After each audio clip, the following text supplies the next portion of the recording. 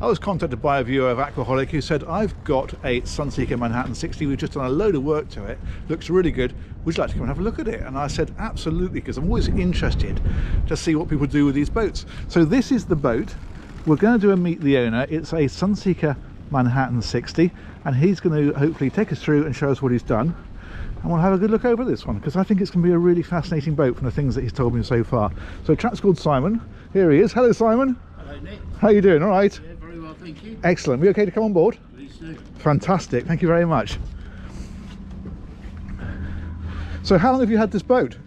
So, since November 2017. Oh, right. Okay. So, yeah, a little while. And you were saying that you've done a lot to it. This is the thing that we're interested in. Yeah, absolutely. So, first of all, where we're standing now, this has all been done, all the floor. It was done by Greg at Permateak.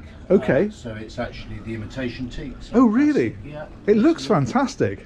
Had it all done in the individual colours in the planks. So, Yeah. So to try and get that, keep a sort of natural look. I would never have guessed that that's not real teak. Yeah, everybody has said that. It's come up amazingly well, and it's just so much easier to keep clean. So, Yeah, absolutely. maintenance free. And what year is this boat? It's a 2007 model year. Right. So it was either late 2006 or early 2007. Yeah. I'm not entirely sure which. Yeah, fantastic. And I have to say, I really like this era of Sunseeker. Well, I've looked at a few of these, and I know people mock me for saying it, but it's always classic Sunseeker with the cherry wood and the high gloss.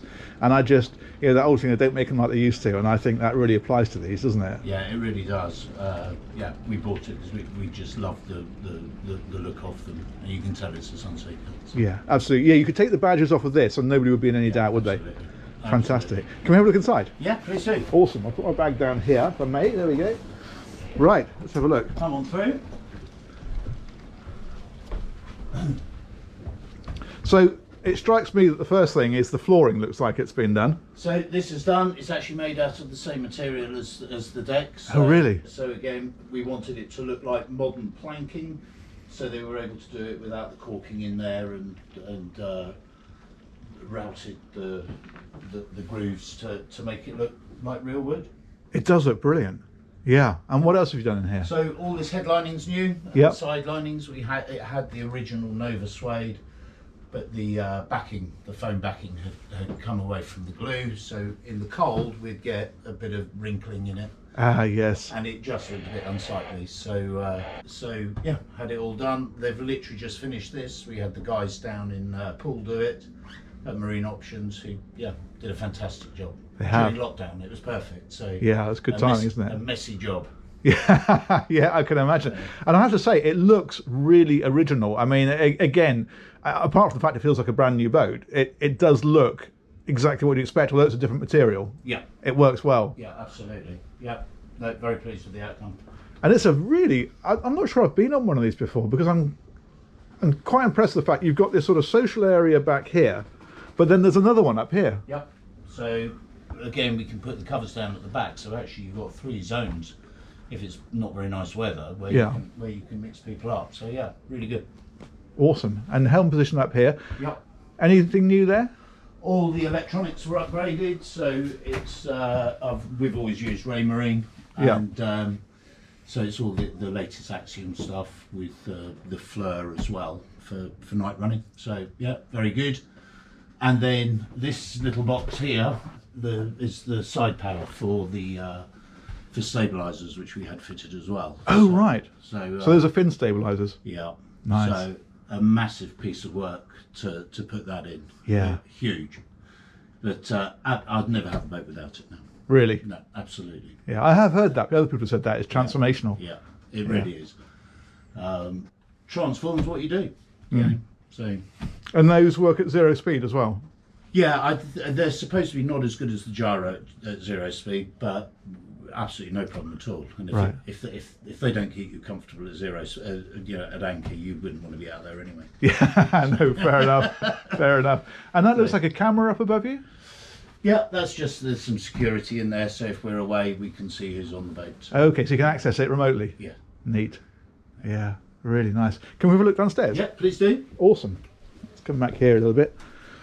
So galley down on this one, isn't it? Because it's sort of what you might call the slightly old school styling, which I actually quite like. I think that to keep this as a separate zone of the boat, I mean, I can understand why people like the galley after, not knocking it at all, but I do think that this gives you a lot more space for a start, and it keeps it all sort of separate, doesn't it? It does, and boats always look lovely at the boat show in the galley because they're all clean and tidy, but later on in the evening they're not always like this. So. Yeah, true enough. So you can chuck all the dishes down here and forget it till the morning. Indeed. And that cherry wood just looks magnificent, doesn't it? Really good. Is this original around here, or is that? No, this is all new as well. Yeah. It's good colour choice, actually. And I like the finished, slightly textured material, isn't it? Very nice indeed. And what else have we got down here? Cabins, presumably? So 3 cabins. There's the forward cabin there. There's a guest cabin in there. And then the main at the back. Cool. Can I have a quick look? Yeah, please. Ah, okay.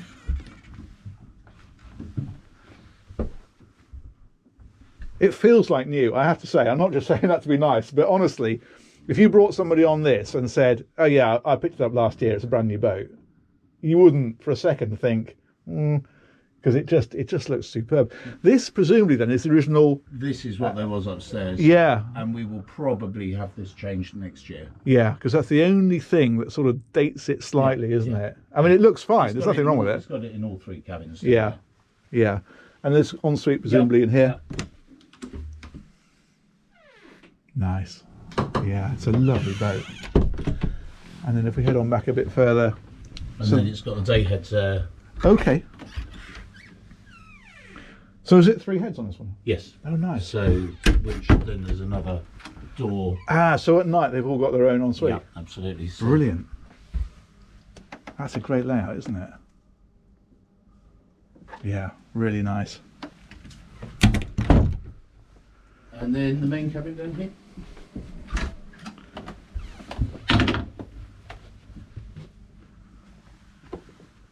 Yeah, stunning. Absolutely stunning. And I actually like, again, with the modern boats, you get the big one-piece windows, but actually with these, you get a much bigger opening section. Yeah, you get a good opening section, but also it does seem to let in enough light, I think. Yeah, totally, totally. And actually, it feels a bit more boatish, doesn't it? With the stainless steel, sort of more like portholes. Yeah, yeah, yeah. Yeah, absolutely. And then there's a head in there. Yeah, nice. Love it. Really nice. Really nice. Can we have a look around the outside? Yeah, please do.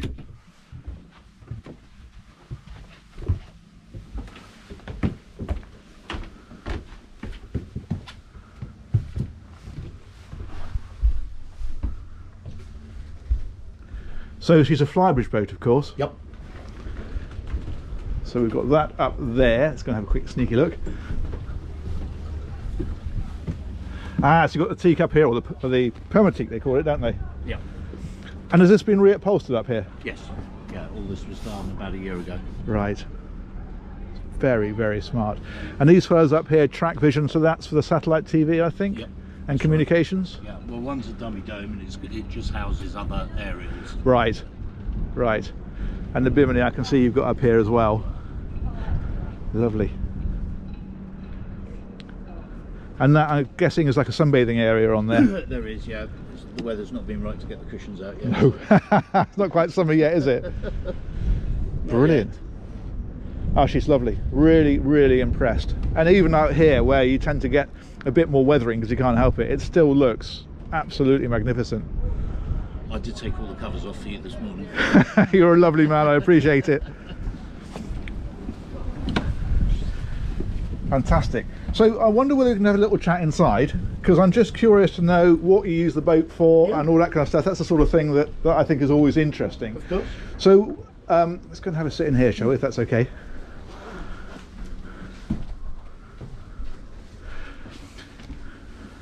So what was your first boat, and when did you buy that, and what have you had since?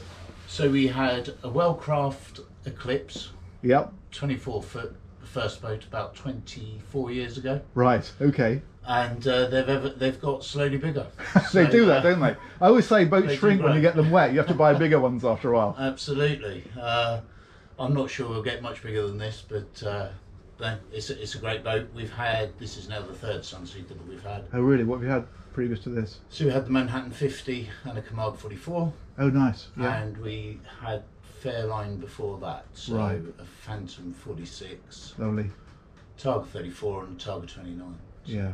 And you're obviously UK based, which and normally when you get to this kind of size, a lot of people tend to take them abroad, but you like having the boat in the UK, I guess? Yeah, and funnily enough, for the last 3 boats, we've bought abroad and brought them back. Really? Yeah. Okay. Absolutely. Not tempted to keep them out there? No, we come down most weekends. So, Right. So the idea of not being able to come down just as and when. I'm with you completely on that actually, because people say to me sometimes, I mean, my boat's obviously a lot smaller, but they say, well, you know, I've had people say, would you like a boat abroad? And I would, but I wouldn't like to give up one in the UK because I think it becomes almost like a holiday then. You've got to plan it, you've got to plan the flights, you've got to book the time. Whereas a boat in the UK, it's like a holiday home. You just think, oh, we've got this weekend's nice, the weather's looking good, we're not doing anything, let's nip down to the boat. And you can't do that in the same way. You lose the spontaneity, I think. Yeah, that's right. So. And where do you take this one? So the furthest we've been is London. So really, we've okay. been in St Catherine's Docks, which is a 200-mile run. Generally, we're South Coast based, so we do go down to the Channel Islands occasionally. This year we're planning on going down to Falmouth, possibly out to the Scilly Isles if the weather's right. Beautiful. And next year, we're hoping a trip up to Scotland. So. Really? Wow, that'd be an adventure. Yeah. Fantastic. That's the plan. Whether it will come off or not. So. But it's great because I think a lot of people look at marinas and go, oh, those boats never move. So it's wonderful to speak to somebody who actually gets out and goes places. And I think most people do actually. I think there's a perception that they don't because there's always 80% of boats on the marina at any one time, but they're not the same 80%. That's right. Yeah. And am I right in saying that you do charters occasionally on it? Yeah, so very much so. So it's coded for 12 guests. Sunseeker London do most of the provide most of the charter guests for it. So. Right. Wow. So that's another little facet to it. It's run as a business in that respect. Brilliant. Okay. And what do you think will be next after this one, or do you think this is it? A bit newer. Really? So, yeah, a bit newer. But who knows? Who knows? I mean, if we keep it for the next 10 years, that's perfect. Yeah. Very happy with it. Sort of, and we've done all the work ourselves as well. So it perhaps means a little more than going out and buying one where it's all been done for you. Of course, yeah. It feels a bit more like a custom job then, doesn't it? Yeah, absolutely. Yeah, yeah. And I can ask one more question because people always ask this. What is it you actually do? How do you fund it? So I work in wealth management. I've run a business for about the last 30 years doing that. So right. So yeah, fruits of a lot of hard work then. There's been a lot of hard work. Yeah. But yeah. But these are the perfect escape, aren't they? That's what I always find. You know, everybody that I know who's got boats to this level, they usually got their own businesses. And it's people who say to me, I don't know how you find it, but they always say this is the one area where you come down to the boat and you go out and you leave all that stress behind. Yeah, absolutely. And, you know, it's not without its own stress. And, you know, perhaps we didn't move on a couple of occasions because of the boats, but it was a compromise, but worth it, I think. Yeah, absolutely. Cool. Well, that's been fantastic. Thank you so much for that. It's been really interesting to see it, and it's always interesting to meet an owner and get a little bit of insight into what's going on in the background as well in terms of the running and how you use it and that. So that's been absolutely fantastic. Thank you so much for getting in touch. No problem. Nice to meet you. And you. And it's been it's been a real treat. Thank you so much.